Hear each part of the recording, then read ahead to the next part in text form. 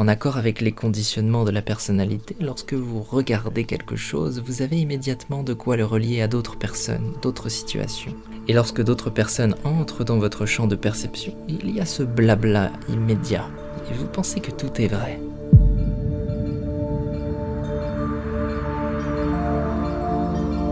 Dans cet épisode, je vous propose de découvrir une conversation qu'a Eckhart Tolle avec son public et dans laquelle, avec beaucoup de détachement, mais aussi beaucoup d'humour et d'habileté, il parvient à décrire tous les mécanismes de l'ego. Alors certainement que vous allez rire, mais aussi peut-être un peu vous reconnaître dans certains traits.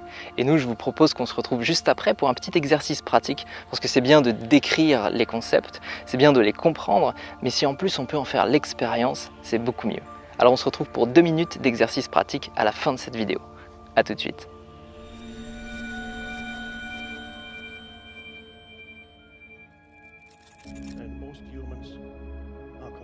La plupart des humains ignorent complètement qu'il y a une dimension de conscience en eux qui est plus profonde que la personnalité, que le moi personnel. Alors ils sont piégés à la surface de la réalité. Et ce n'est pas un endroit plaisant à habiter.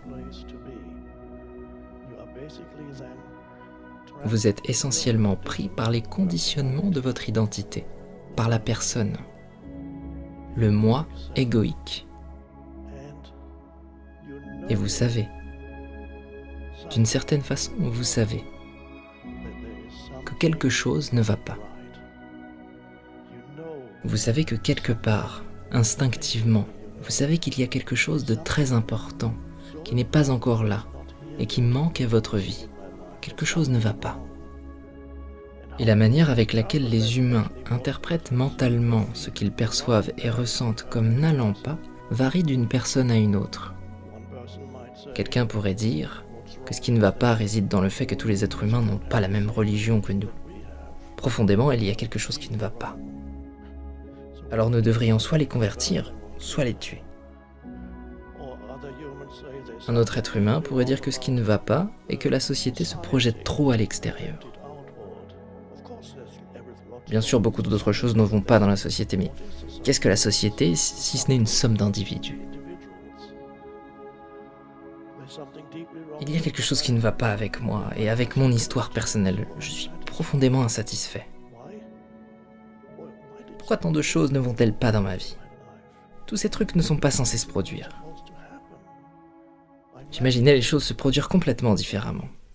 Pas comme ça, pas tous ces mariages ratés, ces divorces, ces affreuses souffrances, cette maladie, il y a eu ça, et quelques belles réalisations, et aussi, ok, leur opposé.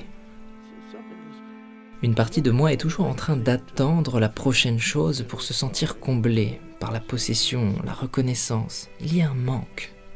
Il y a toujours quelque chose qui manque. Ce qu'ils ne savent pas est que ce qu'ils manquent, ce qu'ils convoitent à l'extérieur, ou lorsqu'ils jugent les autres pour se prévenir de devoir le trouver eux-mêmes. Vous pouvez blâmer un groupe entier de personnes pour vous avoir fait ressentir de l'insatisfaction. C'est une chose très commune de nos jours. Et très satisfaisante pour la fausse idée de soi. Parce que si vous pouvez vous définir comme une victime au niveau personnel ou collectif, cela vous donne une sorte de sentiment d'identité satisfaisant, sur un chemin pourtant insatisfaisant. C'est un paradoxe. Vous vous sentez bien de vous sentir mal. Au plus vous pouvez vous plaindre des autres, au mieux vous vous sentez. C'est mauvais, mais l'ego trouve ça mieux. Et vous le ressentez maintenant, lorsque vous réalisez ce que vous êtes pleinement. C'est une fiction. Vous pouvez accentuer cette personnalité victime au niveau subjectif pour renforcer ce sentiment d'identité. Ou vous pouvez amplifier votre personnalité comme quelqu'un de victorieux dans ce monde, moi. L'ego se moque duquel est le meilleur. Ils sont aussi forts et aussi faux l'un que l'autre.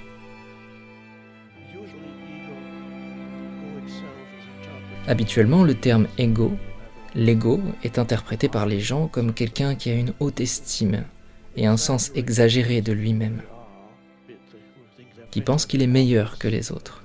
Et c'est un aspect de l'ego. Mais il y a un autre aspect de l'ego, qui est tout aussi fort et qui correspond à des gens qui ont une image de leur personne comme étant une plus grande victime que quelqu'un d'autre ou que tous les autres. Cela fonctionne aussi. Alors peu importe ce qui vous correspond davantage, vous pouvez l'utiliser. Les gens utilisent toutes sortes de choses pour créer un sentiment d'identité plus satisfaisant pour eux-mêmes. Mais tout se passe dans leur tête. Ultimement, tout ceci consiste en un agencement de pensée. Et c'est ce que j'appelle être piégé au niveau de la personne ou de la personnalité. Une autre manière de l'amener est de dire être piégé dans le monde de la forme. La forme de ce que vous êtes, qui est juste une conception physique et psychologique de ce que vous êtes. Ce moi et mon histoire personnelle. Et tous ces conditionnements, vos opinions, vos points de vue, vos convictions, et la voie par laquelle vous interprétez toutes les choses, en accord avec les conditionnements de la personnalité. Lorsque vous regardez quelque chose, vous avez immédiatement de quoi le relier à d'autres personnes, d'autres situations. Et lorsque d'autres personnes entrent dans votre champ de perception, il y a ce blabla immédiat, et vous pensez que tout est vrai. Vous ne réalisez pas que vous êtes en train de regarder la réalité à travers le voile de votre esprit conditionné. Et réellement, ce que vous voyez est la veine de votre condition. Il y a quelque chose au-delà, mais vous ne pouvez pas le voir clairement. C'est un état très réconfortant, mais c'est normal. C'est pourquoi je dis parfois que normal est égal à fou. Alors ceci est un questionnement fondamental, la question de l'identité. C'est la question la plus importante de votre vie. Qui suis-je? Et vous savez ça, vous savez que c'est important. Mais vous ne savez pas ce qu'est votre vraie identité, parce qu'à l'école, personne ne vous en a parlé. Cela devrait être la chose la plus importante à laquelle les enfants devraient être initiés. Découvrir l'essence de votre identité. Est-ce un sujet à l'école? Je n'en ai jamais entendu parler. Je ne l'ai jamais croisé nulle part. Alors, votre identité formelle est reliée aux choses extérieures.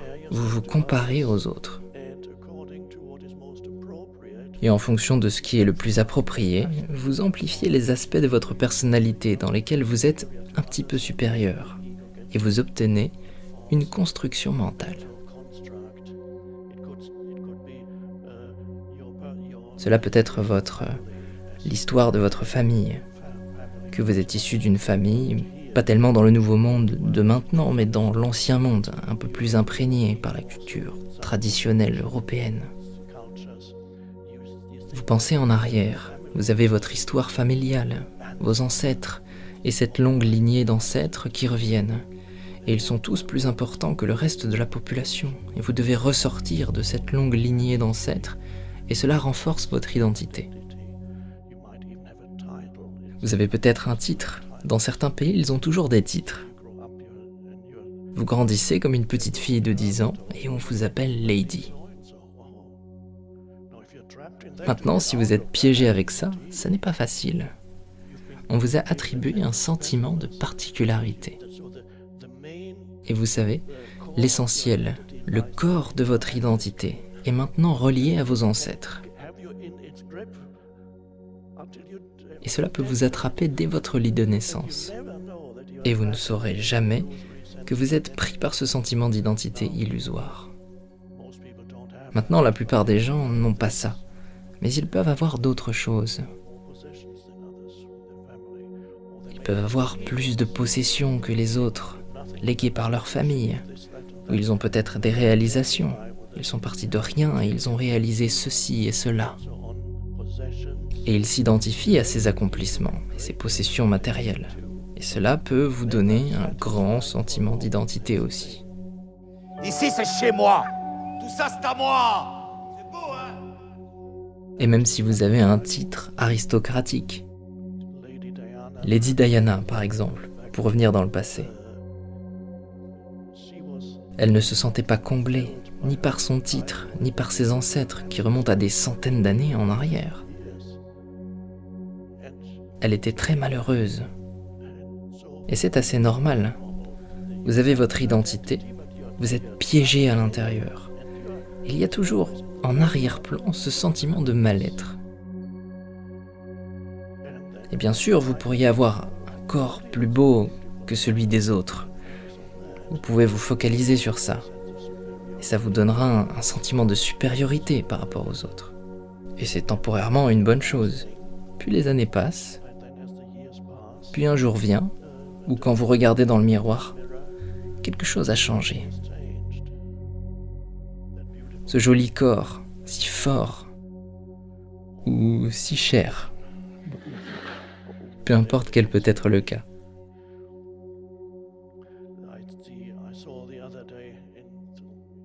J'ai vu l'autre jour à Sydney, en marchant le long du port, une belle matinée ensoleillée, plaisante, pas chaude. Pas plus qu'ici. Les gens marchaient, et il y avait un homme qui avait enlevé sa chemise et qui marchait parmi cette foule de gens.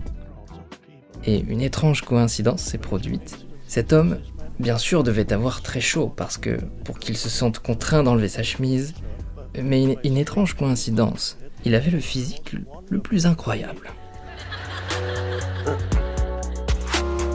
Extrêmement musclé, très impressionnant, et beaucoup de gens le regardaient, et d'autres essayaient d'éviter de le regarder. Et on pouvait sentir à quel point c'était satisfaisant pour lui de marcher par là. Il se sentait chanceux d'avoir assez chaud pour pouvoir enlever sa chemise.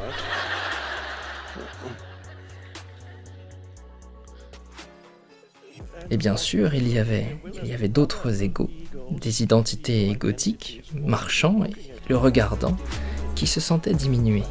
Ce qui est normal pour l'ego, il se sent diminué. Et qui regardait de l'autre côté. Non, je ne suis pas en train de le regarder.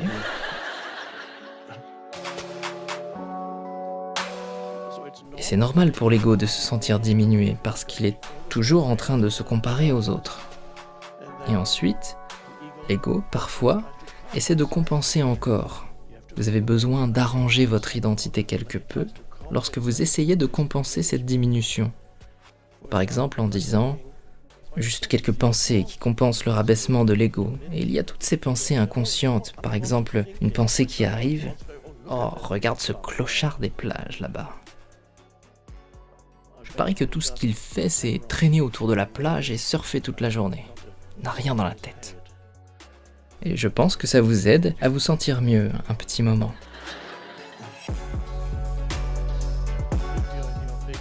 Si vous êtes dans votre grosse voiture, vous pouvez vous sentir supérieur aux autres. Mais il y a peut-être cet homme à vélo. Il vous regarde dans votre grosse voiture. Et il se dit, regarde ce matérialiste. Alors que moi, je suis complètement détaché de toutes ces choses. Je suis totalement heureux sur mon vélo.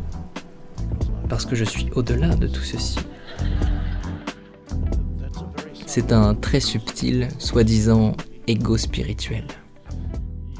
Vous pouvez vous sentir supérieur parce que vous êtes plus spirituel que les autres, ne réalisant pas que c'est aussi un sentiment d'identité fabriqué par le mental.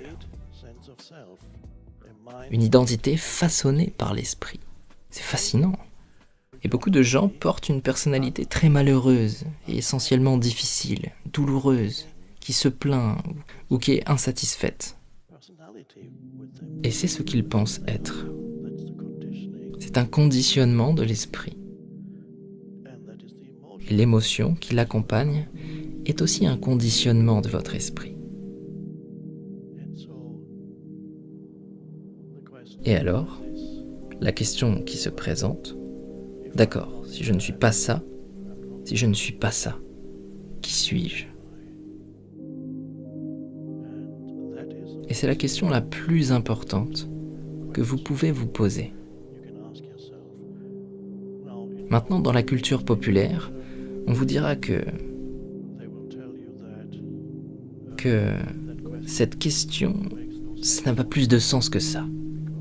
Parce qu'il croit évidemment que vous êtes votre passé et que vous êtes ce que vous êtes en tant que personne. Il dénie qu'il y ait quelque chose d'autre. Alors, tel que vous êtes ici, je voudrais suggérer que ce qui est au-delà de la personnalité, en vous, est déjà éveillé. Et c'est ce qui vous a amené ici. Et cela va bien au-delà des choses personnelles. Ce qui est au-delà de la personnalité, une dimension de conscience en vous, en l'humain, et plus profond. On peut dire plus élevé, mais je préfère le terme plus profond que la personnalité et que la trame continuelle de pensée, qui est le terrain de base de la personnalité, est déjà éveillée en vous et vous a permis d'être ici. Mais ce quelque chose au-delà de la personnalité, cette chose qui vous a ultimement amené ici, est le fait que la conscience humaine évolue. La conscience humaine qui évolue à travers vous vous a amené ici afin d'approfondir cette ouverture. Mis à part quelques personnes qui ne sont peut-être pas venues sous l'impulsion de leur propre volonté et qui ont été attirées ici par quelqu'un, qui ont accepté à contre-cœur. Bon, ok, je viens. Et qui devront écouter ce type pendant 4 heures. Oh mon Dieu. Et qui vous diront: mais de quoi est-il en train de parler? Ça n'a ni queue ni tête.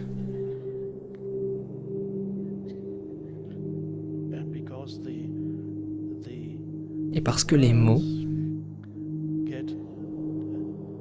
sont perçus par cette personne imaginaire, qui n'est peut-être pas très imaginative. Les mots sont peut-être entendus, mais ils ne vont pas au-delà du désordre de son mental. Alors elle est piégée dans cet encombrement de l'esprit. Et vous écoutez les mots, mais il n'y a rien en vous qui reconnaît ce qu'ils décrivent. Et tout ce qu'il y a est l'emprise du piège de l'esprit désordonné. Et ça donne un message dénué de sens. Alors il est nécessaire de s'ouvrir un tout petit peu plus au flot des pensées. Et le flot des pensées devrait s'ouvrir légèrement, se fissurer un peu. Et la plupart d'entre vous qui êtes là sont déjà plus que prêts pour ça. Et dans cette ouverture, les mots peuvent pénétrer. Et c'est ce qui fait que le sens des mots est reconnu. L'essence de ce que vous êtes. Au-delà de votre histoire personnelle, l'essence de ce que vous êtes. Quand je dis au-delà de la personnalité, au-delà de votre histoire personnelle, il y a une essence plus profonde de ce que vous êtes. Pendant un instant, vous pouvez sentir la reconnaissance qui est en vous et la vérité de cela. Souvent on entend parler de l'ego comme quelque chose qu'il faudrait faire disparaître ou contre lequel il faudrait se battre ou alors qu'il faudrait réussir à dissoudre, à transcender, à dépasser.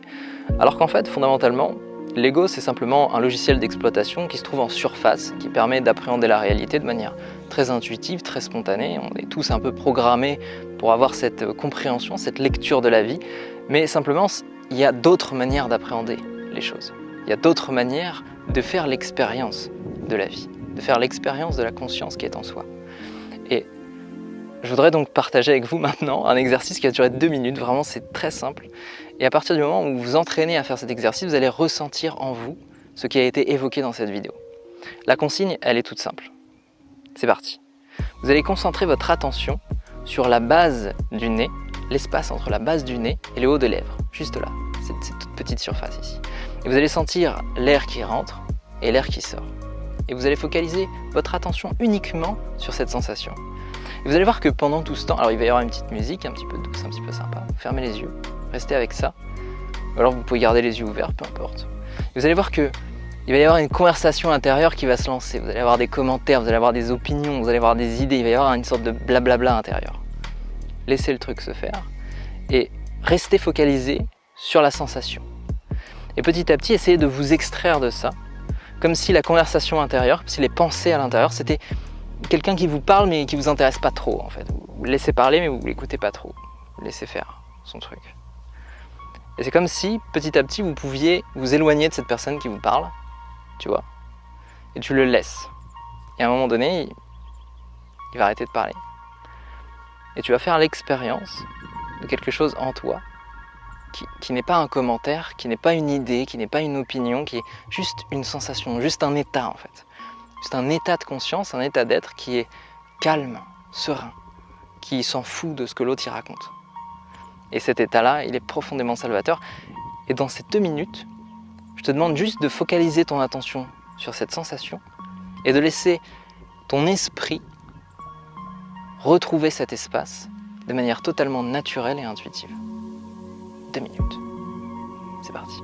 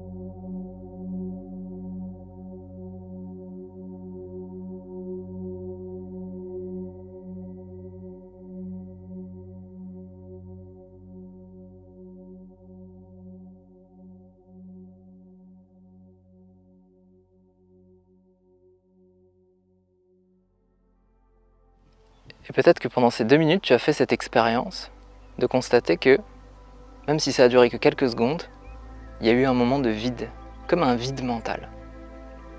Et dans ce moment de vide, il n'y avait rien, ou il y avait tout.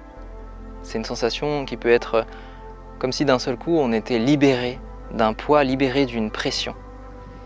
Alors au début ça peut être surprenant, ça peut être une sensation qui peut être peut-être inhabituelle, mais à partir du moment où on devient confortable avec ça, ça nous permet de comprendre le caractère illusoire de ce niveau de lecture de la réalité qui est le niveau de l'ego, qui est un niveau qui est toujours bloqué dans « je suis satisfait, je suis pas satisfait, il me faut ça, je veux ça, ah lui il m'a dit ça mais c'est pas bien, est-ce que tu penses qu'il m'a aimé, lui ou il m'a pas aimé, si je fais ça est-ce que tu penses que c'est bien, et si je poste cette vidéo, est-ce que ça va faire des vues, et si je poste cette photo, est-ce que tu crois que ça va faire des likes, est-ce que tu crois que machin il a vu ma story, ou bidule il a pensé truc, qu'est-ce que tu as...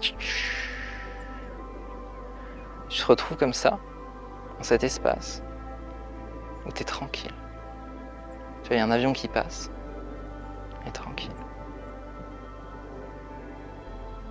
Et si tu arrives à cultiver ça au quotidien, tu vas voir que y a des moments en fait où il y a effectivement cette structure mentale, elle est toxique en fait. Elle t'apporte rien, elle est juste en train de te rabaisser, en train de te demander de l'énergie, te demander de l'attention. Et ça crée un sentiment qui est néfaste, puisque ça t'empêche d'être créatif, ça t'empêche d'être ouvert vers les autres, ça t'empêche en même temps de descendre dans le cœur, c'est-à-dire d'avoir peut-être plus de générosité, plus de compassion, plus d'attention aussi pour ce que les autres ressentent, etc. Et tu es tellement focalisé sur toi que du coup tu ne vois pas autour de toi toutes ces choses. Et simplement le fait d'apprendre à se familiariser avec cet espace un peu de silence mental, ça te permet d'ouvrir ton esprit à une autre lecture de la vie. Et tu vas voir, c'est profond. Maintenant, c'est un exercice de 2 minutes dans une vidéo sur YouTube, mais tu peux faire ça tous les jours, un peu plus. 2 minutes, plus 2 minutes, plus 2 minutes, 4 heures, 5 heures, 10 heures, 20 heures, 200 heures, non-stop. Et tu vas voir qu'à un moment donné, il n'y a plus du tout de pensée. On est dans le cosmic space. Cette vidéo se transforme en une vidéo ASMR. Ça y est, il n'y a plus de pensée. On est dans le vide mental. Et sur ce silence, je vous dirais juste de vous abonner à la chaîne YouTube et de vous abonner au mail parce que je vous envoie 1 à 3 mails par semaine pour partager avec vous des exercices pratiques et développer un peu ce que je dis dans les vidéos. Voilà. Je vous dis merci pour votre attention et je vous dis namasté. Voilà, c'était un peu n'importe quoi, hein, mais bon, c'est sympa. Je suis dans une bonne énergie de détente, pas trop sérieux, quoi, tu vois. La consigne de l'exercice, elle est simple, en fait. C'est très simple. Focalise ton attention sur la base du nez, là, si tu veux. La base du nez, c'est là ou c'est là? C'est là, parce que là, il se passe rien. Et si ça me gratte? Moi, je fais l'exercice, mais ça me gratte. Là, celui-là, ça me gratte. Moi, j'ai pas de pensée, hein, mais ça me gratte. Ou alors, moi, j'ai pas de pensée, mais j'ai... Je sais pas, j'ai la pâteuse là, c'est sûr. J'ai envie de cracher, quoi, tu vois. C'est mon ego ou c'est quoi? C'est mon corps, là, c'est mon corps. Attends, c'est bon quoi. On rentre là. Ça va être l'heure des pâtes. Ouais, je mange du gluten, moi, des fois, ouais. J'avoue.